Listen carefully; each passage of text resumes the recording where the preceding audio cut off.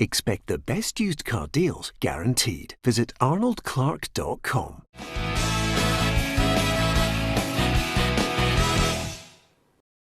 Welcome to Peter and Roughie's Football Show, sponsored by Arnold Clark. It's Thursday the 17th of September. I'm Peter Martin, Alan Rough, Tam Cowan and Steven Naismith here with me on this Thursday. And we're delighted you could join us. Don't forget to like, share and follow us on Facebook. You could be a prize winner by doing that. And if you're on YouTube and you subscribe, you could also be a prize winner. Just post us a little message saying which team you support and you could win one of our fabulous T-shirts that we're giving away this week on the show. Simple as that. Lots to talk about as well, and let's not forget that Rangers kicks off at 4 o'clock, so should just be getting underway. Let me tell you, with regards to the team, McGregor, Tavernier, Goldson, Edmondson, Barisic, it's Kamara, Arfield, Stewart and Hadji with Roof and Itten. The bench has McLaughlin, Helander, Patterson, Davis, Kent, Defoe and Morelos if they need reinforcements. But Steven Naismith, no disrespect to Lincoln Red Imps, I think over one game, I think Rangers will have more than enough.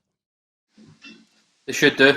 Continue the league form on. But this is slightly different in that Rangers have had a few league games under their belt. Normally you're going into these games playing one or two competitive games, which makes the tie trickier than it normally should be, but I fully expect them to go on a convincing win.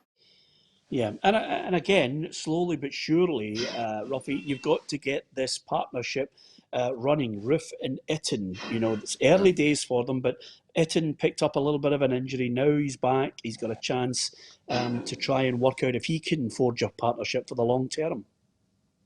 No, obviously they've had the team looked and they think they're not a strong team, so it's a chance to give the two new signings a chance to get goals under their belt. Ruth's already scored a couple, so he'll be hoping that the two strikers can work well for the future, and it just gives them an opportunity to see how they can deal with it at this level. But, I think Rangers should win this one quite comfortably. Yeah, a big hi to Errol Campbell, Alec Mullen as well. Great to have you on board. And also Andy Wilson too. Billy Docherty, there's so many people. Join us on the show. Richie McCusker, John Donald's out there in Birmingham. And I have to say, delighted Tam is with us because Tam, you did have the chance to go out and work there in the game Colerain against Motherwell, but you decided against it to stick with the troops. No, I didn't have a chance to go out and work there. I had my wee overnight bag packed for the potential BBC trip, but my bottom lip is still trembling because the phone never rang. So I was basically dropped for the last round. but no, it was never my intention to go. But if I'm being brutally honest, Peter, I still don't really fancy the idea of aeroplanes right just now. But I was cordially invited by the club for the bits and pieces a day for them. But in my heart of hearts, to retain any sort of dignity, I thought, no, I better not start doing that and effectively fat catting it. So I'll be able to watch it later on. The BBC Sport website, coming for the BBC Sport Northern Ireland website, you've actually got the game live, and I'm sure there's all sorts of other streams and everything out there. But if I can just go back to Rangers, I know you obviously started with Rangers because you're a West of Scotland broadcaster, so you had to start with one half of the old firm, Peter, as always. But you're saying that Rangers should have too much for Lincoln Red Imps over one game, but I'll remind you that Celtic, with Brendan Rodgers at the helm, didn't have enough to take care of Lincoln Red Imps over one game. They needed the second leg. So a timely reminder, I think it's highly unlikely right now, as we're maybe 4 or 5 minutes into the game, that Stephen Gerrard is tuned in. But Rangers need to be very, very careful. There are no second chances. You're not going to get the opportunity to put it right at Ibrox because of the current format of European football. So I would urge Rangers to tread carefully. But by the same token, Peter, I noticed that I think Lincoln Red Imps at the weekend there, they got absolutely cuffed in a domestic game, lost 5 goals at home. I think it was a thread on follow I saw when I was on there putting up your home address and a few photos, Peter. And so, well, you were a bit lippy to me last week's show. But aye, they lost. I think they lost 5 at home. You're on 3 so far. I'm waiting for the 4th one because I've got a few coming back at you. Are you That's finished? fine, that's good. No, yes, all I'm going to say is Rangers, please, because I want all the Scottish teams. I always want the Scottish teams to get into the latter stages with joy of joys if we're able to do it, get back in with a squad in the pubs next year and watch some of the Scottish teams in action on the big screen. So good luck to all the Scottish teams. Okay, let me deal with a few of those points, Roughie, and then you can leather them as well. If you have just joined us on PLZ Soccer, don't forget we cover all teams right across the globe because PLZ Soccer deals with the United Kingdom and across the world, which is why we have all the listeners and fans and viewers from right across the globe. Secondary to that, it was a great plug there, Roughie, for the BBC. We now know exactly where they can watch it, and Yes. of course, on their budget. Isn't it great that we're promoting when they're streaming the Motherwell game too? That's sensational. And as for follow, I think the pictures were up there long before you put them up. To be honest with you. That's why I lived in Edinburgh, Tam, for 12 years. The joy of a place where they don't judge you on where you come from. Yeah, it just shows you how much we're getting ripped with the BBC with our licence with all these Motherwell things that are on the night. You know, but you have to remember that we are on weekdays from 4 p.m. Yes. He's got it right. Yay! and for the benefit of anyone who is wondering what Roughie's babbling on about, we were recording a commercial, but if we give Roughie more than 3 words in the sentence, then he struggles to remember it, and we have to do about 52 takes. So weekdays from 4 p.m. was just the right amount for him, and he still wrote it down, believe me. Anyway, apart from anything else, you did well, Roughie, you got it right. Afternoon to so many people. Bill McMullen's in Spain, Tasmania, or Ken Lyle. I always like to read out a whole host of people as well who want to get themselves a mention and join in with the banter on the programme. Before we get into a quick prediction, I think Rangers will hammer Lincoln Red Imps, eat that squad more than enough. 4 or 5, I'm thinking they're going to take off them. The one thing that I always have to do is if there's a positive message to put out there, then I'm going to put it out. And I found this photograph. This is only a photograph that's been taken in the last couple of days. And I was in having my hair cut, and Robin, who's the hairdresser, and his lovely wife, Wendy, said to me, "Peter, you're never going to believe this. We follow the trends of haircuts and the way the whole world is going with haircuts. Fashion, as you know, comes in and out. This obviously is not really something I know you're going to be interested in, Stephen, but nevertheless, the haircuts coming back in is, and wait for it, here is Miley Cyrus. And see if you can work out, yep, the mullet is coming back. She has cut her own hair and the mullet is coming back. So suddenly, Roughie, I reckon there could be a few modelling shoots for you, Tennant's Lager, a few others, because the mullet is back and you could be dangerously back popular. Yeah, but there are some ridiculous mullets going about. You know, mine's is a wee bit styled. Mine's is a wee dog got that big long bit. Like, what was his name? Lamal and what's the other guy? The boy from Newcastle, Waddle. I mean, they were outrageous. Oh, they were outrageous. You couldn't get away with that. Surely. Well, for the benefit of Stevie would have to go out and get a wig to look like that. Yeah, I think Stevie's happy the way he's looking at the moment, by the way. I'm comfortable. I thought you were comfortable in your own skin, son. But Tam, I mean, the mullets that I find ridiculous are the ones from the German pop stars, Opus, and then maybe moving into Matthew Wilder, Ain't Nothing Gonna Break My Stride. You know the big bit at the back? But Roughie, I think this is coming back in fashion. Ridiculous. And hearing there today that Anthony Stokes, he's shaved off his hair because he says that he can't go on artificial surface. So he's taking it.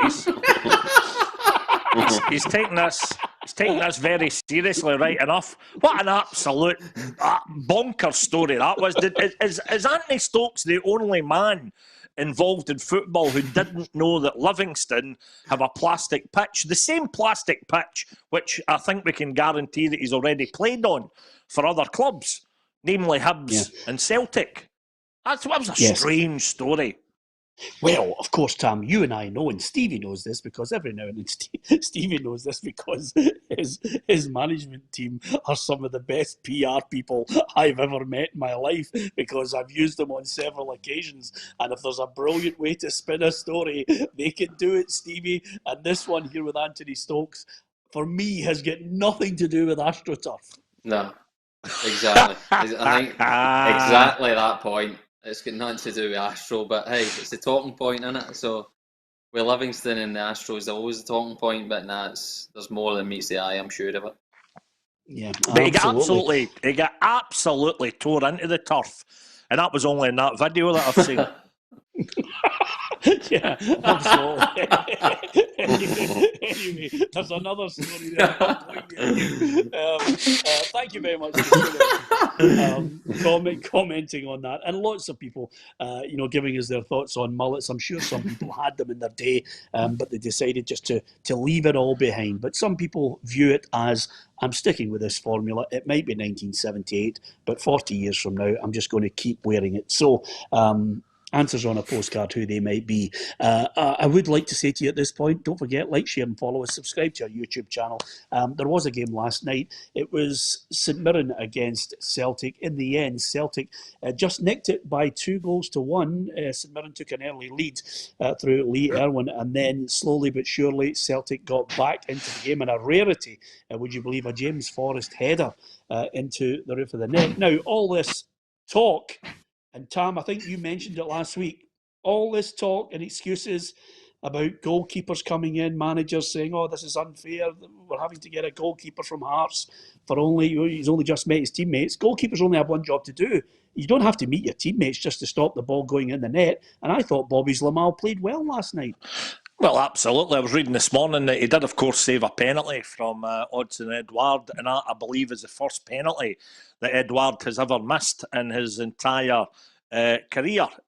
So that's okay with old for Bobby Zlamal. But the bottom line is, we just need to get on with that now. You know, we're keeping hearing bits and pieces of COVID-19 stories at all the clubs now on a daily basis, you know. And I'm assuming just the way it's going now, folk are even predicting a second wave of the virus. So I think we just need to get on with it. And now that we've had a situation as St Mirren had as early as that, which did to everybody involved in the game seem a bit ridiculous, the very fact they had all three goalkeepers out.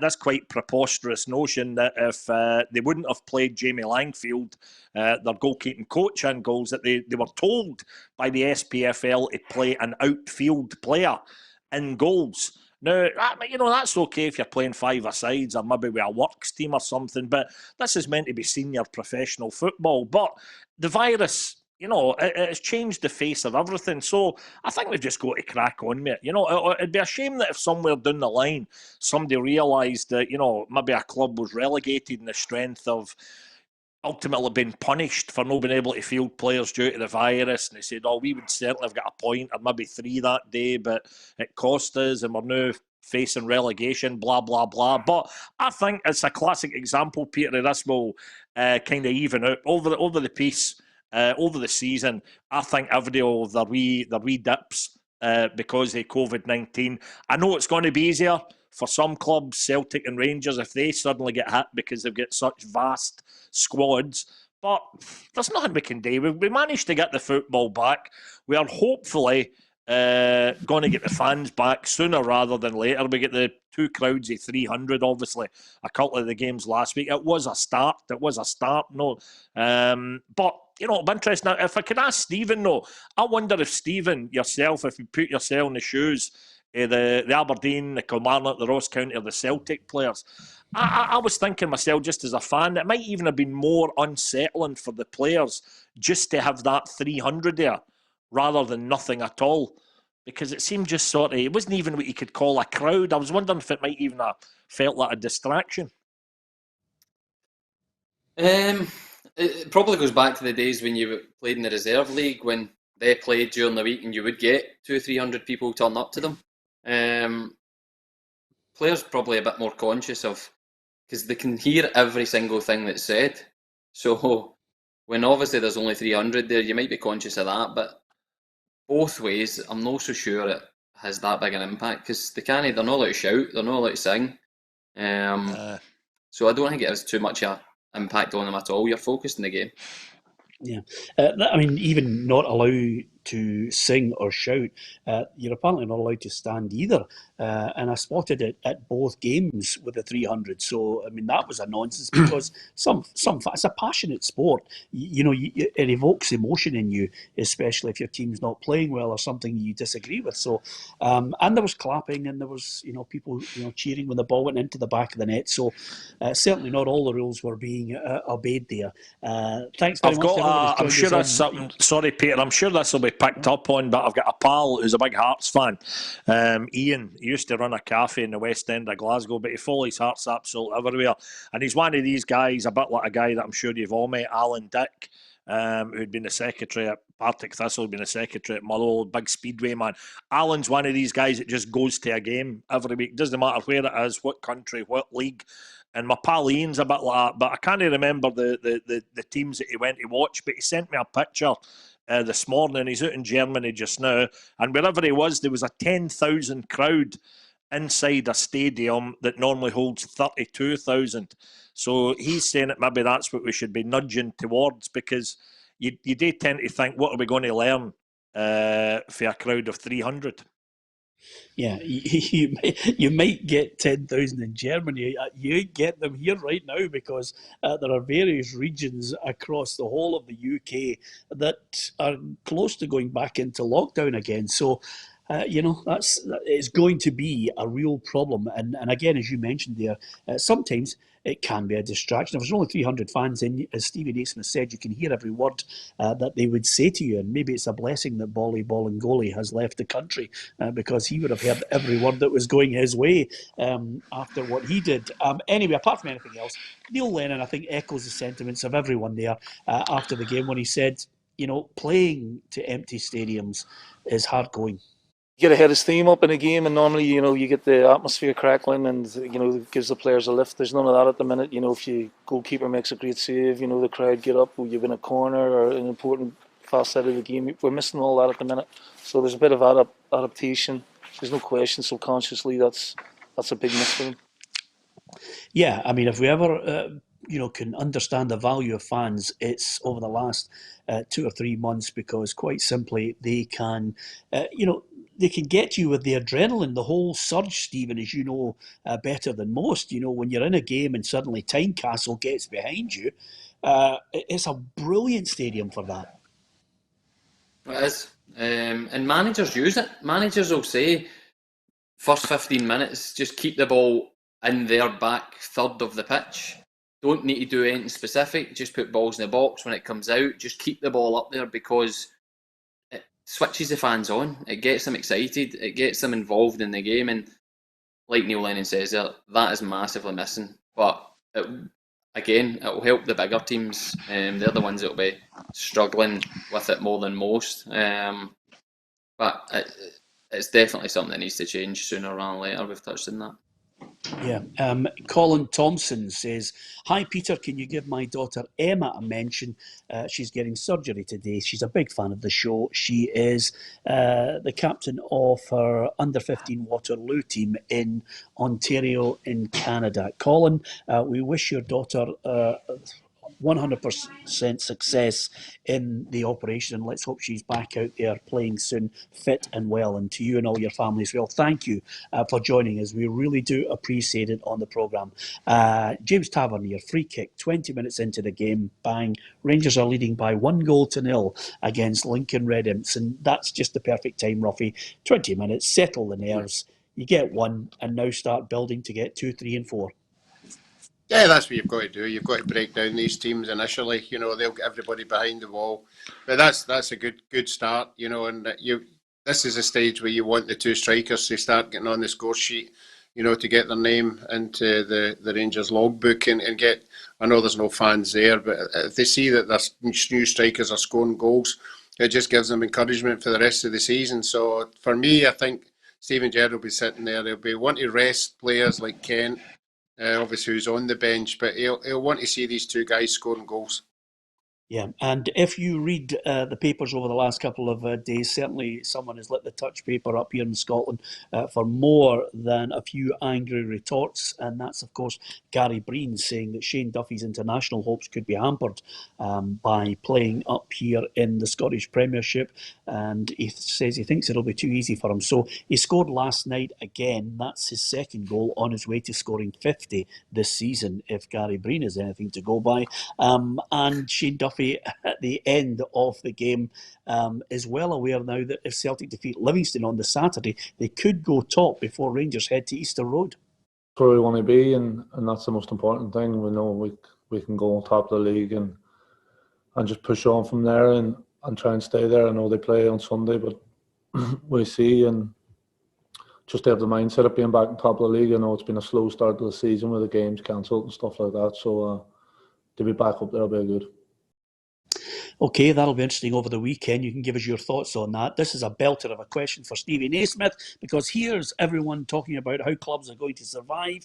Jim Goodwin was more than a little miffed that St Mirren didn't get a penalty last night. Celtic got one, St Mirren were denied one, and he reckons we need to find the cash for VAR.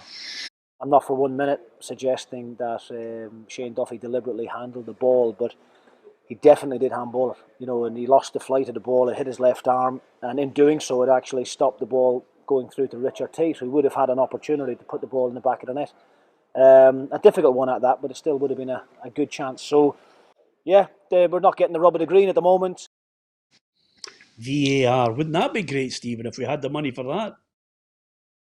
It would, but just before that one, the Gary Breen comments, there's probably, arguably, more toughness needed to play with Celtic than there is Brighton. The demands at the Old Firm are higher than the majority of clubs, especially in the bottom half of the Premiership, and I've experienced it firsthand. So as somebody who's never experienced it that's coming up with comments like that. But on to VAR, I'm a big believer that it's the way forward when we can. Again, costs alone are probably going to shoot it down, but there's got to be some ways to give referees a helping hand, because as we've seen so many times, it's big decisions getting missed, but it's over a split second, and any help's better than none. I take away all this and overruling the ref and this and that. Get the right decision, end of, no matter if it's a linesman, assistant linesman, the fourth official, VAR, whatever. It's about the right decision more than integrity of overruling a referee. Yeah. Can I just touch on one little point you mentioned there, Stephen, just going back the way, not necessarily to put the boot into Gary Breen, far from it. It's just getting an insight from you. You were well aware of the pressure of having to win every week when you were a Rangers player. When you go down south, is it a different kind of mindset and a different? I mean, apart from the overall play, there's a greater competition down there. I get that. There's a bigger quality of player, so the level of performance in the game is bigger in England without a doubt. But when every week you're coming up against teams whose majority sit in and you need to break down. Now, nowadays, most teams are well organised, which is tough for a team to break down. But if you're in England and Aston Villa go away to Burnley and get a point, that's not a bad result. But in Scotland, the demand of having to win and the change of if Rangers win and Celtic lose, or if the vice versa, that mentally has an impact on a player. Now, that whole side of it is much greater at Rangers and Celtic than it is in a lot of clubs in England. Yeah, it'll be interesting to see how it all pans out for Shane Duffy. I don't think his international career will be hampered at all. Let's have a look at the fixtures, because I'm going to talk to Tam about his team, because they've got a big game tonight, and hopefully they can get through it as well. But there's Lincoln Red Imps against Rangers. Rangers leading by 1-0. And probably if you're watching this later on at your own leisure, you'll be able to hear Roughie coughing over this, and also you'll be able to to realise what the score is. Colerain against Motherwell, Viking against Aberdeen, Shamrock Rovers against AC Milan, and Lokomotiv Plovdiv against Tottenham. And it'd be great to see Gareth Bale coming back potentially to Tottenham. Aberdeen, first and foremost, they want to try and get through this. I think Sporting Lisbon's going to be a difficult one if they get into the next part of it. Derek McInnes says that there's a real incentive for the Dons winning this one. It will be a tough game, a competitive game, but that motivation is clear for both teams, to get through and take on a club like Sporting Lisbon. So it will be mentioned, but it's the focus will be on the game. I start to get scared at these moments, Roughie, because you start to think to yourself, yeah, great, one qualifier, winnable, second qualifier, winnable, and then you look back over the last 10 years and you see the third qualifier and you think, out. Yeah. And it's always a worry when you come up against a team like Viking, Stavanger. Obviously, you can do all your research on them, but on the night, they've got home advantage, so you want to go there, and it's all about you. It's all about them. Aberdeen turning up on the night, and I'm sure they should have enough to get through this one. Have played against Viking Stavanger in my early days at Partick Thistle. I think we played them in a pre-season friendly. Lovely place, beautiful place. I think we had a night out that night, and I think I got engaged twice. So it's a lovely place to go, and they're very nice people. Well, to be perfectly honest with you, Roughie, you haven't seen her in 35 years. She joins us now live from Stavanger. Helga and Senga, the two girls that you... Yeah, exactly. Anyway, apart from anything else, Viking against Aberdeen. Here's Gabriel Antoniazzi to set the scene. Aberdeen take on Viking FK of Norway in tonight's Europa League second round qualifying match. Known as the Dark Blues, they were formed 4 years before the Dons and are managed by former Norway defender Bjarne Bernsten. They play in the Viking Stadium, but none of the 15,900 seats will be filled for this one-off tie. They've lifted 8 league titles and 6 Norwegian Cups throughout their long history, as well as the second division title just 2 years ago. Viking are playing in Europe for the first time in 11 years and qualified through winning the Cup after finishing 5th in the league. This season's Elite Serien began in mid-June, so the team are full up to speed and have won their last 3 games, but they sit firmly in mid-table, 8th place after 17 matches. So, can Darren McInnes' men pull off an impressive win? Well, here's hoping. I'm going 2-1, Tam. Aberdeen have won 5 games in a row. They're doing well. Yeah, I just hope they don't get too gallus though, because Norwegian football isn't in such bad shape right just now. Their international side scored 5 away from home just a fortnight ago against Northern Ireland, actually, the country where Motherwell find themselves tonight. So I think they'll need to get into that with the right attitude, because we do this far too often in Scottish football. You dangle that wee carrot, in this case it's Sporting Lisbon, and think, oh, that'll be some game, that'll be great, but they need to do the job first tonight. But I think it'll be very, very tight. I can't see Aberdeen running out easy winners by any stretch of the imagination. But I would, if I had to put a tenner on it tonight, I would maybe go 1-0 Aberdeen. Yeah, Stephen, what's your call on this one? I think again, I'm pretty sure it'll be really tight. Aberdeen will be try to be solid at the back first of all, but like Tam said, Viking will be technically very good. But I think Aberdeen will just shade it, whether it's late on. I think they'll score late on, keep it tight first half. Yeah, are you confident, Roughie? Yeah, I'm going to go for 2-0. I think there's some of the Aberdeen boys are beginning to hit a wee bit of form, and it's always good to go into a game like this on the back of good form. So no, I think they'll win this one 2-0. Yeah, okay. Colerain against Motherwell. Gabriel Antoniazzi's had a look at both sides. Motherwell face Northern Irish side Colerain in tonight's Europa League second round qualifying match. Colerain were founded in 1927 and play at the Showgrounds in the local town. They're managed by Oran Kearney. Now, fans may remember him after he kept St Mirren up in the 2018-19 season before returning to the club he left a year earlier. Their greatest season came in 1974 when they won their only ever league title, although 6 Irish Cups have been secured by the club. They qualified by finishing second in the NIFL Premiership when the season was halted in March, although this year's football in Northern Ireland doesn't begin until mid-October. That means Colerain have only played 2 games this season, both of them coming in the Europa League. They beat La Fiorita of San Marino 1-0 before knocking out Maribor on penalties over in Slovenia. So a winnable task for Motherwell, but Stephen Robinson will be more than aware of the task at hand. Yeah, Andy Phillips on Facebook says we need all Scottish teams to go through, Tam. This has been my bugbear. You talk about people obsessed with Celtic and Rangers, but you really, and I understand the financial constraints, but we really need someone just to lift us out with the big two. Absolutely. I mean, sadly, though, it would appear that UEFA are going to award that tie to Colerain 3-0 because going by your opening caption, the showgrounds is actually in Stavanger.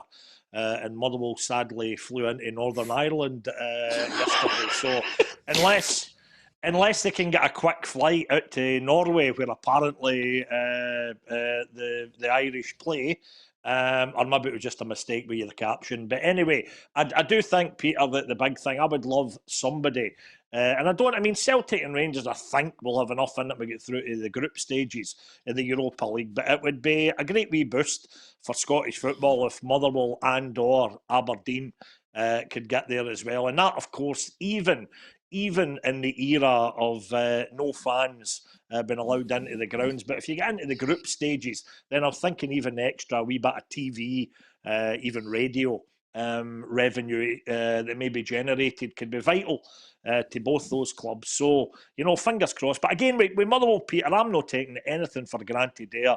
Colerain did put out Maribor, who have been the scourge of many a Scottish team in the past. That was effectively a bit of European giant killing when they put Maribor out. So, our last victory there against St John's was only our second league win since January, which is quite incredible. And here we are playing in European football after a run like that. So we've not got any right to think that we'll go there and it'll be shooting in. But a nice wee reminder again, if MD was tuned in the Motherwell party, watching PLZ on their laptop now, remember, guys, it is only one leg. No second chances now in the current format. Yeah, absolutely. And of course, Roughie, yesterday Charlie Adam had the boots on with the studs and the metal studs at that, because he was just scything down everybody. And he's obviously taken those boots and handed them over to somebody in Bears Den because he's on form today. But what he doesn't realise, Roughie, is Gabriel, who put that package together with Motherwell in mind, has Russian cousins. And I wouldn't be drinking tea at the staff party if I was you. Just a couple of droplets could sort you out as well, Cowan, from Gabriel Antoniazzi. You'll be sleeping with the fishes if you start putting the boot into him too. That's magnificent. You're right. Everything about Gabriel just strikes me that he is a hard man.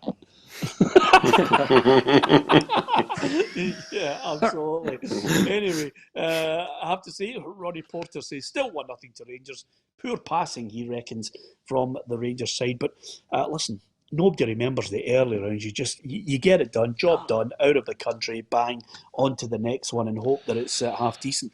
We were talking about European football. I mean, that's the other thing about it, Stephen. We're probably the expectation is just a wee bit too high, I think, at times, because we do try to promote our game, and especially on this channel, and lots of people, the BBC, Sky, everybody, all the radio stations, we do try with the newspapers to promote our game, but not to the point of not being realistic. You can't hide away from a number of issues here, which is quite simply, I think we're coming out of the longest curve of the poorest decade and beyond of Scottish football and the standard of players. And that's why we can't get anyone out with Celtic and Rangers occasionally to get to the latter stages in Europe. Yeah, and also the amount of qualifiers that we're having to go through, but it's a snowball effect from years of not making it, been put further down the rankings, having more qualifiers, and it's constant. You need a good couple of years where last year Rangers or over the last couple of years Rangers and Celtic have done well in Europe to an extent, but everybody else around about them, whether it be unfortunate ties, Aberdeen have had Burnley recently, going back a wee bit further, Hearts ended up having Liverpool, so you just need that wee bit of luck to get through there. that then pushes you up the rankings, which makes things so much easier. That inevitably is where we sit. We're so low down that it's a dogfight to try and just climb up. Yeah, absolutely. Just even to get to the group stages is, as you say, a dogfight. And that the problem is, Roughie, and I think this is something that the younger footballers probably get hacked off. And I don't want to get into a battle of generations between the snowflake generation and the baby boomer generation. But I was watching YouTube the other night there, and you know, sometimes when a game flashes up as you're flicking down, and there was a game flashed up, and it was, why don't you watch this? And it was Aberdeen take on Ipswich Town. And Aberdeen got a draw before taking Ipswich Town back to Pittodrie and battering them. And you would never have thought twice. You know, Stevie said there, Aberdeen were unlucky they get Burnley. You know, Ruffy, 25 years ago, you'd have been saying, yeah, dancer, Burnley, let's watch them get mauled by Aberdeen. Yeah, I think that's the unfortunate thing for supporters of the likes of Aberdeen and Celtic and Rangers. I mean, Celtic and Rangers in particular were Champions League group stages so many years ago. And for whatever reason, they don't buy the players they had in that era because of obviously the financial restraints. So that's where we are, the Europa Club, teams, and we hope they can get into the groups of there. But I think if you were a supporter of these two teams, you would remember these games for 20, 25 years ago, playing against Barcelona and Juventus and Milan, but the players now that's coming into our game aren't the same calibre of what it was 20 years ago. Yeah, absolutely. But I would counter that with one thing, and I don't want to start an argument between all of you. The reason why we can't rely on us, clubs getting further and further, is because we brought in a lot of foreign players who were mediocre and strangled a generation of Scottish players who couldn't get a game. That was our biggest problem. We absolutely lost 2 generations, Tam, of good young Scottish talent who couldn't get a game. And you had to, I remember sitting in a stand at Tynecastle with my arms crossed, looking at Hans Eskilsson and thinking, you wouldn't even get in my 5-a-side team. And there was Hearts players on the bench who were Scottish who couldn't get a game. Yeah, well, I'll take on board your comments about the foreigners, Mr. Farage. But in general, in general terms, let's not forget, if you didn't have any foreigners coming into Scottish football, we'd never have the likes of Brian Laudrup or Henrik Larsson to absolutely light up the game. But I take absolutely, I'm being slightly facetious here, Peter, I take absolutely what you mean on board about dud after dud after dud. We had a raft of them came in to Motherwell for a spell, and I couldn't. My pals who know the history of Motherwell inside out and back to front, they keep rattling off when we're out for a pint in the good old days. They would rattle off these names of guys that I have just completely forgot about, But you're right, we could maybe have that opportunity we had then to bring through some of the younger guys, and we can only hope in the future, particularly with finances and football, that we do indeed do that, because when I was listening to you talking earlier about the VAR, Jim Goodwin is living in another planet if he thinks that Scottish football at this particular time is going to put a single thin dime towards the VAR system. It's not going to happen. Yeah, just picking up on that point, and I know Tam gets the point. The point I was making was not being xenophobic against foreign players coming into our game, Stephen. The point I was making was clubs made a conscious decision to actually disregard investing in Scottish talent, giving them the chance to play the 100, 150 games that they need to play. Whether it was the coaching, the way they were coached, their application, managers, and the money that they had available, they would rather spend it on an inferior player that was coming in rather than say to some players, and I include in this, I don't know if you remember, Stevie, Derek McInnes couldn't get a game for Rangers. He ended up going elsewhere and forging out a good career for himself, playing, for West Bromwich Albion as well. A lot of good Scottish players wouldn't see 150 games to enhance and get better as professionals.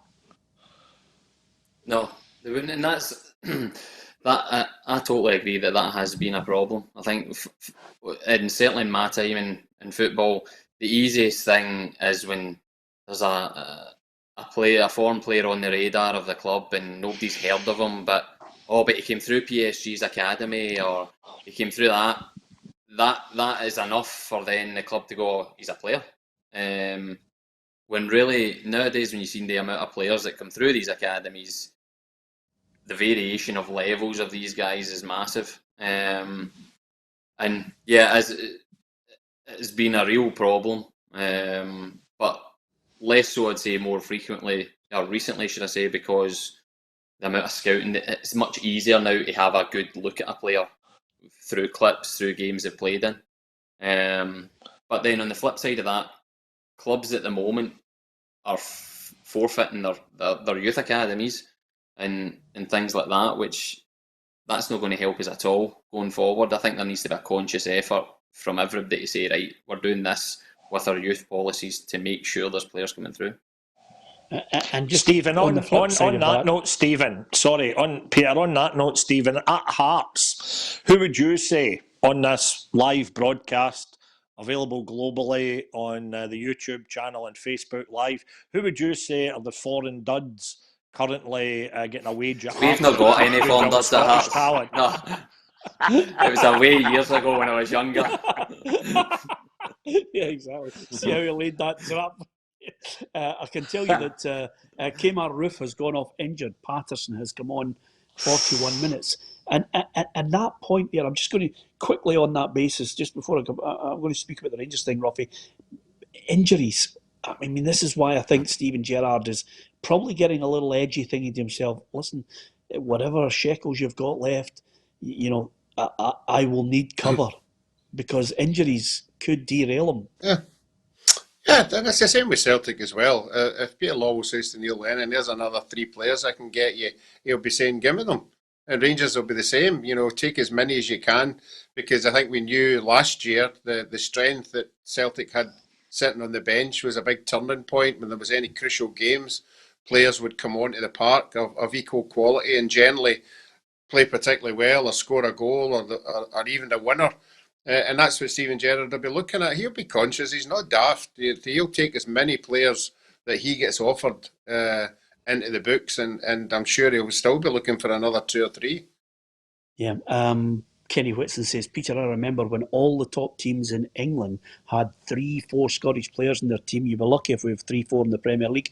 Well, you know, Kenny, it was a good point. A couple of years ago, I think we'd only Darren Fletcher at one point, but I think there are more and more Scottish players now starting to come through, and we're starting to see a stronger trickle, still a trickle, but a stronger representation of Scottish players. And I'm not laying a trap for you, Stephen, but for Hearts fans, Miha Popescu is in on a 2-year deal now.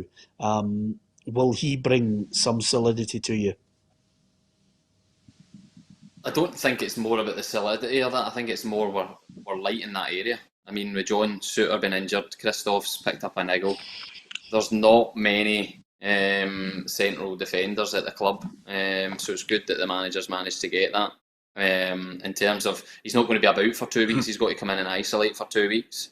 And the positives are that he knows what the league's about. He's been here before. But again, it's not as if he's going to walk straight in the team. I think there's between Christoph, Halks and young Chrissy Hamilton so far are the ones that have had the time with the manager to plant seeds of getting in the team. Yeah. Andy Phillips has said, Peter, the Gaza number 8 top, he sent us a message there on our Facebook, and what he's alluding to is basically all through this week we're giving you the chance to actually get your hands on some of the great T-shirts we're giving away. This is from our friends at Boca 10. It's a Gascoigne 8, and we'll be giving them away. All you have to do is like, share and follow us on Facebook. We've got our PLZ 7 and 10 tops because I'm sure Stephen will be slightly angry with it, but sometimes 7 and 10 is the most important number in a team. The others are just the supporting cast. Unless, of course, Tam, you're number 14, Johan Cruyff. So we're giving away these, and it's not a bad prize, Tam. I mean, George Best wasn't a bad player. We're giving away these. It's a simple one. Just tell us who you support, like, share and follow us and subscribe, And you could win some good prizes. I think you've got one of these tops, Brilliant. Tam, have you? You gave me a Cruyff one. Absolutely brilliant. When I was younger, Peter, I don't know if you remember this, when Shoot magazine, when a rival football magazine suddenly came out, I think it was called Scoop. Do you remember that? Yes, I remember it, yeah. Certainly had Shoot and Scoop. And I think in Scoop, and I had it up on my wall for ages, it was a big Johan Cruyff kind of wall chart thing. And it had about 6 outlines of footballs on it. And it was meant to practice your headers against the poster that was on your wall, Johan Cruyff style, like a glancing header and a bullet header. And it was absolutely brilliant. So even when I probably didn't really know who Johan Cruyff was, and you'd only have seen him popping up in the telly, you didn't have the same amount of games on the box, obviously, way back when. But every morning I woke up, I would look in the wall and there was Johan Cruyff. So an absolute legend. Before I get the thoughts of the other guys on that, Tam, in the particular council house that you were living in, what was the reaction from your next door neighbours when you were doing a glancing header off the wall in your bedroom with your ball? Well, it was they get used to it, which meant that when Channel 4 started showing the Red Triangle film sometime later, then I just shouted through, "That's me with my Johan Cruyff poster again," and they fell for it. It was, I'm no stupid. Reverse psychology, fantastic. And for the benefit of the younger people, just ask your dad or your mum about the Red Triangle. It was. It's better left unsaid on this show. Stevie Tops says, Cruyff, best midfielder in world football, is fantastic. Were there idols? Did you have idols, Stephen, when you were a wee boy? You must have had. I mean, we've all had the posters up on our wall. It was the Rangers 9 in a row era, so Gaza and Laudrup were the two that me growing up have the most memories of. I leaned more towards Laudrup with his Patrick boots and number 11. That was me as a kid. So managing to watch them at such a successful time, I'm not so sure why, but they were the two that grabbed me. Yeah, it's funny you mentioned Brian Laudrup, because I was mentioning to a few people the great news that after 10 years he's been given the all clear from cancer. And they were like that. A lot of people have said to me, we weren't aware that he had cancer, but it was something that he'd shared a couple of years back. I think it's great, Stephen, that he's free from it as well. If you ever see him, he looks as if he could still play for Rangers. He does. I think he's always got that athletic look. But when I was at Rangers, there was a Legends game against AC Milan. I think he's actually played in a few of them, but he was a standout. Like, Coisty scored as you would expect, but Brian Laudrup, wee 1-2s, one-touch passing, his vision and that, he still had a right good bit of ability. Yeah, free kick, Barisic, 2-0 Rangers, Goldson with the header, Roughie. Thank you, good night, Lincoln Red Imps. Yeah, I would think so. I think another goal and you'll start seeing the substitutes coming on. I think I read they allowed about 9 substitutes in Europe just now. So I think he'll use as many as possible. Obviously a big game at the weekend against Hibs. So the more he can rotate, the better. Yeah, Roughie, Stevie's just mentioned there, Laudrup was all over his walls. As you are aware, my entire room was decked in Danny McGrain and Kenny Dalglish. What about yourself? Yeah, I used to bounce my balls off of Gina Lola Brigida in the wall. Yeah, yeah. I was used to obviously throwing the ball against the wall and catching it. That's what. In case you think of something else. And I don't think we need to think too hard on it, Roughie. Half time now, 2-0 to Rangers. Half time there against Lincoln Red Imps. Did you have a hero when you were younger, Roughie? Stanley Matthews. Peter Bonetti. Until he had that wee bit of a nightmare against Germany, and I just dropped him immediately. Yeah, 4-3 game. Yeah, no point in having. The goalie I was thinking about earlier, Roughie, you'll be able to remind me his name. When Peter was talking about that great Ipswich team, they didn't know of a goalie who was synonymous with basically saving every penalty it was hit towards him. Paul Cooper. Paul Cooper. Was it Paul Cooper? Aye. He had some bizarre record at saving penalties. Don't know what he was able to do, whether he was able to, put his opponent off or whatever, but he had a magical record. But you're right, Peter, that team, that Aberdeen, can you imagine what the English media would have been like when you're talking about that numpty earlier in the show who was having a go at Scottish football? I can guarantee you at the media in England at the time, what with that great Ipswich team, the era in which they had guys like Paul Mariner and Alan Brazil, and they had the Dutch contingent that came in. You know, they had an absolutely magnificent team. The English media must have been rubbing their hands and red raw and thinking, you know, they're away up to the northeast of Scotland, up near the Faroes to play this Aberdeen team. And you're right, Aberdeen absolutely pumped them, because I watched that game recently yourself, like you're talking about, Peter, when it came up, offering it to you down the side on YouTube. And brilliant. They were great days for Scottish football. Yeah. Do you watch things like that, Stevie? I mean, do you watch old games and see about the standard of it and some of the players? I do. I think I've went through a period of slightly remembering games I've either watched or been at when I was a kid.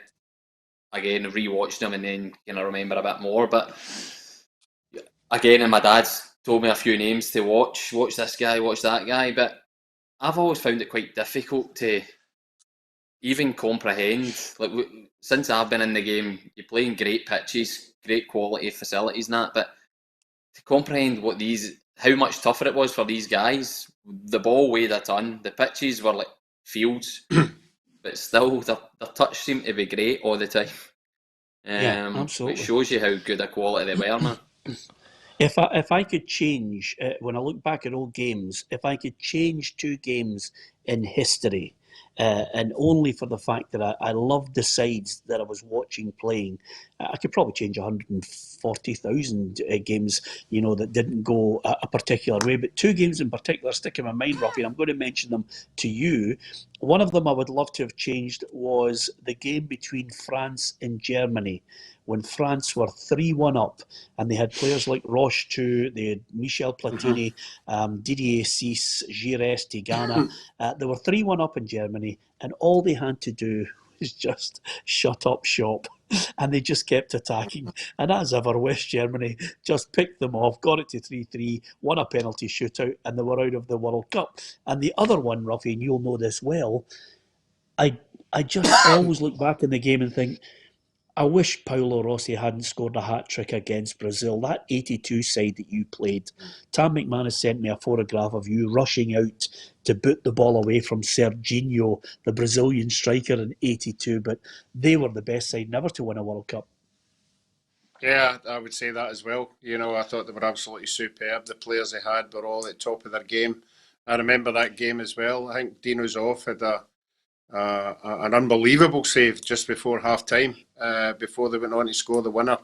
But no, I think everybody liked the Brazil team there, you know, liked the way they played, and they were entertaining. But Stevie will tell you now, teams are more organised now defensively. If you watch a game, there's banks of 4 and there's banks of 5, and it's really much harder. If a team decides they're going to sit in, the organisation now, you look at the old games, you look at games at Wembley, Scotland versus England, the amount of distance between players is unbelievable. You know, you've got guys running 15, 20 yards without anybody tackling them. You know, that just doesn't happen now. You know, okay, formations are different. You know, when we played Celtic in the League Cup in '71, our formation was 4-2-4. We only had 2 midfielders and 4 people up front. Now, you just wouldn't get away with that now. You know, and that's the way the game has changed dramatically. But Stevie's right, the ball, the surfaces. And if you get a chance to watch that England-Germany game, the final of the World Cup, look at the state of that park. And that was a World Cup final. You know, it was just things are so much better now. But there are things different as well. The balls are different. The balls are lighter, so you've got to adapt to that as well. Yeah, on the formations, Peter, on the formations, it just, when we've got Steven Naismith on, I'd never actually directly said this to Stevie, but Stevie is the guy that could have easily presented Craig Levein with the get out of jail free card, that legendary night against the Czech Republic when everybody remembers it as a 4-6-0, because I always thought about that. It was so harsh, because I remember watching that, and it's a place you'll know, Peter. It's changed its name now, but I watched that with my pals on the Friday night in Jack Daniel's pub. Just a hop, a skip and a jump for Fir Park in Motherwell. And before all the headlines the next day and then the outcry about this 4-6-0, when I saw the team lineup going up and Steven Naismith was part of it, I thought at worst it was maybe a 4-5-1. You know, and it's funny how I don't even know how the whole thing crystallised. I don't know if Craig Levein himself, maybe he was challenged after the game by one brave journalist that said, Craig, was that a 4-6-0? And he happened to concur, because I thought the man that's sitting doing the programme with us just now, Craig Levein, could have said, well, of course it wasn't. But Steven Naismith, well-known, experienced striker, was playing up front for us. Just so happened that we didn't really get any great clear-cut chances or put a lot of pressure on the Czechs. But that's always baffled me, Stephen. I mean, but was it set out in the dressing room before? Did Craig Levein utter the expression 4-6-0? Was that mentioned? No, not at all. It's exactly like you said there. After the fact, it turns into a 4-6-0. We're not playing with a striker. But the build-up and the way we were playing, we were trying to have a threat in the wider areas. Now, we weren't good enough on the night. We never kept possession well enough. And I think for the formation to work, we had to be good in possession. We weren't, which ended up the likes of myself and the other wide player, I can't remember who it was at the time, get dragged back and back and back, further back the park, which then, no matter what formation you're playing, you're camped in. That's how it was. But if we go and get a draw there, or we get a win, nobody speaks about it. It's literally it's an easy opportunity to have a go at the manager and make him look like a clown, if you like. Yeah. The other winger that night, I just remembered, the other winger that night in Craig Levein's lineup was Gordon McQueen. Yeah. Yeah, absolutely. The famous centre half from the 80s. Anyway, apart from it, and the 70s as well, Roughie, I beg your pardon. Now, obviously, Stephen, I think the Hearts fans, when they eventually do get back in, what style of play is Robbie Neilson going to adopt for Hearts now, coming back? I think it's not so much a specific way of playing. He knows what to do to get the championship, and he knows the things within the game that you need to be good at. So he's not saying we're expansive, we're this, because he knows and he understands there's going to be times we come up against teams, especially at home, that sit in, and we're going to need to take a few risks to break them down. But he wants everybody to be good enough to take the ball in vulnerable areas. He's brought a lot more pace into the team, which we've lacked, so I think he'll utilise that as much as he can. Fingers crossed, actually, we get all three teams through tonight from Scotland. Rangers 2-0 up. The downside of this is quite simply that it looks as if Borna Barisic, Roughie, is another player to pick up an injury for Rangers. And that is turning into a wee bit of a nightmare. Because I think Barisic is one of Rangers' best players. Yeah, I think he has been the best player this year by a mile. If these injuries are serious, and I mean, some of them could only be maybe 2 or 3 weeks, but if you start talking about 67 weeks, before they come back, that'll be a major worry for Rangers. Obviously, a big game at the weekend. I think this is the first game. I think Rangers have been superb this year. But for me, this is the tester one. This is going to Easter Road. Will be a test. Can they get a shutout? Can they win the game? And if they were to come through that, then a lot of the Rangers supporters will believe that this is the year. And that just shows you how important every game that Rangers and Celtic play is so important. Steady now, Roughie. It's early days. I don't want you to jump too early with your bold predictions just yet. Calm your jets. Niall Kane, thanks for keeping us up to date with Rangers and their injury situation. Hi to Karen Curry. Karen and her family came out at the weekend, and with Stevie and Roughie and Tam and all the team who were out there with our PLZ training tops on, getting the photographs and, of course, filming the commercial Tam, which I'm really looking forward to. It just shows you what type of team player Naismith is. No problem mixing with Roughie and all these people. It was easy for him, he's just one of those guys that never forgot his roots, Tam.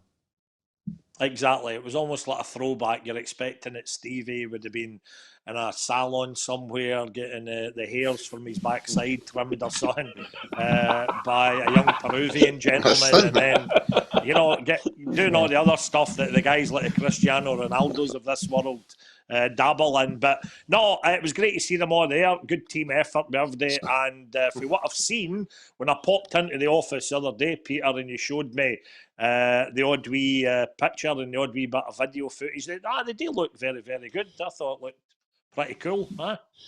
Yeah, absolutely. The posters are still up around Glasgow and Edinburgh. We will be pushing them out all across Perth, Dundee, Aberdeen as well. And in Motherwell, would you believe?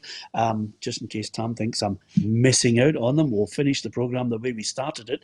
We'll go around all the clubs in all the areas with our posters. And if you spot it, we have a little QR code on it. If you scan it, there's a special deal from Arnold Clark if you're looking to buy a new car. It's as simple as that. We try and give you as many chances to get either a good deal or indeed to win one of our t-shirts. All you have to do is like, share and follow us on our Facebook and also subscribe to our YouTube channel. You'll see the posters and the videos of our advert coming out very, very shortly indeed. Maybe giving away my age there. And Neil Gray says, Peter, when are the posters going to all the other towns and cities, not just Edinburgh and Glasgow? Well, Neil, I've given you the answer. We're going to be putting them out across all of the cities in Scotland and then heading down south with them as well, because we are building this to as many people as we possibly can. The only thing I would say to you is Roughie looked absolutely fantastic in his picture out there in Edinburgh on the North Bridge. He was able to do the poses. Obviously, from my own point of view, I realise I'm going to have to go out and run a good few miles because Naismith looked sensational in them, Tam, and I just feel as if I'm going to have to put some miles. Peter, I'm going to have to put some miles in somewhere. When I turned up, I was buzzing that you had all the tops slim fitted and that, and then when I put mine on, it was massive, absolutely massive. I think it was yours, Peter, or Tam's that I was saying. Yeah, it was actually. I just wanted people to think, wow, he is really doing a good pre-season. He's lost stones. But anyway, I know it was handy. I never looked at the sizes, I'm sorry. Anyway, the pictures are really, really good. Looking forward to them. And also, Gary McGurn says, Peter Kirkcaldy. Gary, are you kidding me? Of course, Kirkcaldy. I used to love going to Kirkcaldy, hanging about with Jimmy Nicholl and the Wraith Rovers guys. And Roughie, as you know, over there near Kirkcaldy and Dunfermline, Jackie O's was a fantastic nightclub to spend a few hours in, I have to tell you, Roughie. Yeah, I have to say Jim Leishman was an absolute god in there. In his early days, he will tell you that that's a place you should go at. I haven't frequented that, I'm sorry. So I'll just have to take Leish's word for that. Although, if I've been absolutely truthful, Peter, you haven't spoken to Jimmy Nicholl or anyone from Wraith Rovers since November 1994. Why was that? I was standing in the press box at Ibrox when Paul McStay hit that penalty, and I can remember turning around to the journalist next to me and I thought, he's going to miss this penalty. And Wraith Rovers, to their eternal credit, those guys are legends now. Legends in Wraith Rovers history for winning the League Cup that night. And going on, Tam, may I say to you, going on to actually play in the Olympic Stadium, I've still got the picture. And it says Bayern Munich 0, Wraith Rovers 1, as Danny Lennon had hit a free kick past the Bayern Munich goalkeeper into the net. It's a picture that stays with me forever. Those great nights, Jimmy Nicholl was fantastic. Anyway, Tam started the programme leathering me, and he's finished it leathering me as well. He's been in fantastic form today. A couple of over-the-top tackles. I'm calling for VAR on this programme, to be perfectly honest with you. Stevie, looking forward to it. Not too far away from you now. Friendlies getting closer for the Jambos. The manager's been keen to get as many games as he can, so the next week's a busy week with games, so it's the thing that gets you that last wee 10%, that match sharpness, so looking forward to it. Yeah, absolutely. Can't wait to see you back with the Hearts top on, playing football, and of course Thistle as well. We'll be getting ready to get back kicking a ball. It's been too long, you guys, not kicking a ball. Don't forget to join us tomorrow on the programme. Like, share and follow us on our Facebook. Fingers crossed, 2 goals. Looks as if it's going to be more than enough for Rangers. Good luck to Aberdeen and Motherwell as well. Subscribe to our YouTube channel from Tam, Roughie and Stevie. Thanks for watching.